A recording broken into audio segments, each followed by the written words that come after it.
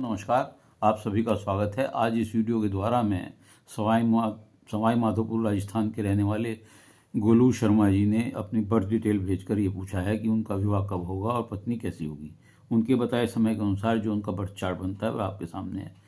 ये मकर लगन की कुंडली बनती है जिसमें लगन में राहु है, पंचम भाव मूल त्रिकोण में मंगल है, सप्तम भाव में शुक्र केतु गुरु हैं, अष्टम भाव में सूर्य बुध चंद्रमा है और 12वें भाव में शनि है।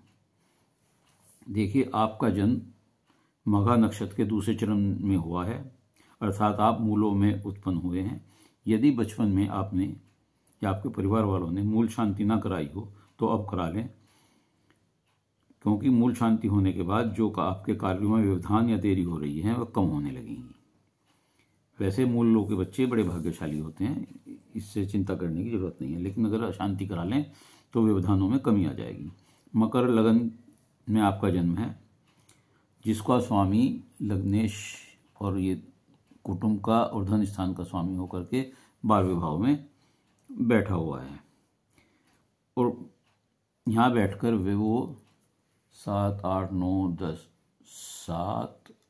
9, 10 भाग्य स्थान को पूर्ण दृष्टि से देखता है। अर्थात ऐसे लोगों का भाग्योदय 36 वर्ष के बाद होता है। इससे पहले इन लोगों के भाग्य साथ नहीं देता और कार्यों में व्यवधान आता रहता है।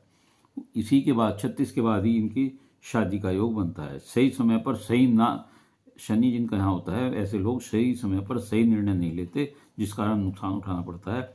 खर्च करने से पहले भी ऐसे लोग प्लस माइनस का हिसाब लगा कर सोचते हैं और इस सोच में उन्हें देरी हो जाती है, प्रॉपर समय पर इन्वेस्टमेंट नहीं हो पाता।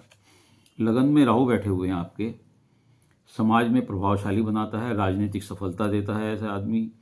पारिवारिक जीवन सुव्यवस्थित नहीं होने देता। जो फैमिली है, यहाँ तो शनि की क्रूर दृष्टि भी है और इस वजह से भी क्योंकि आपका दाम्पत्य जीवन है उसमें भी थोड़ा सा सुव्यवस्थित नहीं रहने देता। देर से विवाह और कभी कभी तो ऐसी स्थिति में द्विभार्य योग भी बन सकता है, ऐसे संकेत मिलते हैं, देखने में भी आया है। लेकिन ये जरूरी नहीं है कि द्विभार्य योग हो, लेकिन ये राजयोग भी बनाता है यहाँ बैठकर। मंगल पंचम मूल त्रिकोण भाव में वृष राशि में बैठे हुए हैं तथा वृष राशि का स्वामी शुक्र सप्तम भाव में चंद्रमा के घर में बैठे हुए हैं, जो इस बात का काफी संकेत देते हैं कि ऐसे लोगों का प्रेम विवाह होता है या प्रेम प्रसंग चलता है।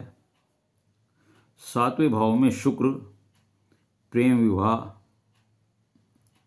अब 7वें भाव में जो शुक्र बैठे हुए हैं ये 7वें में बैठकर प्रेम विवाह रोमांटिक जीवन देते हैं। सुंदर पत्नी व आकर्षक पत्नी, व्यवहार कुशल पत्नी, शिक्षित पत्नी, मधुरभाषी पत्नी देते हैं। ऐसे लोगों की पत्नियां कभी कभी सर्विस में भी होती हैं और ऐसे लोगों का विवाह के बाद भी प्रेम प्रसंग होने की संभावना बन जाती है।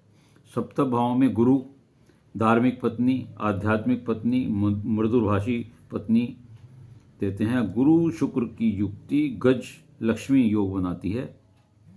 भोग और आध्यात्मिकता का मधुर संगम देखने में मिलता है कि ऐसे लोग भोग जीवन को भोगते भी हैं और आध्यात्मिक धार्मिक कार्यों में पूरी रुचि लेते हैं।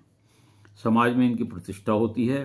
लेकिन सप्तम में केतु जो यहाँ बैठे हुए हैं, ये विवाह में जरूरत से ज़्यादा देरी कराते हैं और 34 साल की अवस्था से पहले तो ये लोग ना रिश्ता होने देते, ना कोई शादी की बात चलने देते। किसी ना किसी प्रकार से रिश्ते को या तो पोस्टपोन करा देते हैं या मैच्योर नहीं होने देते। शादी के बाद भी ये यहाँ दाम्पत्य जीवन का आनंद नहीं लेने देते केतु। अलगाववाद व रिश्तों में दूरी पैदा करते हैं। गुरु के साथ केतु गुरु चांडाल योग भी बनाते हैं, गुरु के साथ बनाते हैं।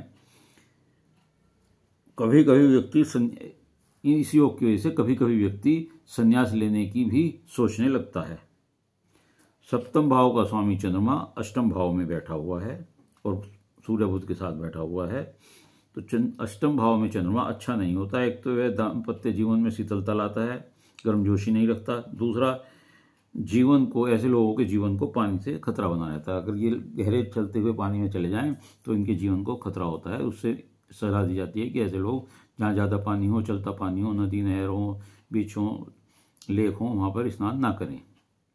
बुध चंद्रमा योग पैतृक संपत्ति देता है यहाँ, इस प्रकार आपका जो सवाल है कि पत्नी कैसी होगी, विवाह कब होगा, तो मैंने आपको बता दिया विवाह 36 वर्ष के बाद होगा या 36वें में होगा। और मैंने उसका समय बताया है कि जब चंद्रमा में गुरु की अंतर्दशा जो 4/2/26 तक है, इस तक आपकी शादी के होने के पूर्ण योग हैं। और पत्नी आपकी बहुत सुंदर होगी, मृदुभाषी होगी, आकर्षक होगी, ये मैं पहले बता चुका हूं। अब आपको करना क्या है, आपको केतु और शनि के जो कारण हैं, राहु हैं, इनके उपाय करें। आप केतु के लिए गणपति जी की आराधना करें, गणपति चालीसा पढ़ें, गणपति जी को दूबड़ा चढ़ाएं और विविधानों के लिए माफ़ी मांगें जो हो रहे हैं। और शनि के लिए आप शनिवार को पीपल के पेड़ पर सरसों के तेल का दीपक जलाएं। और राहु के लिए आप कुत्तों को रोटी या बिस्किट्स दें। तो अगर आप ये काम करेंगे तो आपके जीवन में आने वाले व्यवधानों में कमी आएगी और आपका समयानुसार विवाह होगा और जीवन सफल होगा। यदि आपको ये वीडियो अच्छी लगी हो तो इसे लाइक करिएगा, शेयर करिएगा और कमेंट्स बॉक्स में जाकर अपने विचार अवश्य लिखिएगा। इसके अलावा यदि किसी और का कोई प्रश्न है तो वह अपनी डिटेल भेजते हुए और मेरे चैनल को सब्सक्राइब करते हुए अपना एक प्रश्न भेज सकता है। उत्तर अवश्य दूंगा, निःशुल्क सेवा है और उत्तर भी अवश्य दूंगा, लेकिन आपको धैर्य से अपने नंबर का इंतजार करना पड़ेगा। धन्यवाद।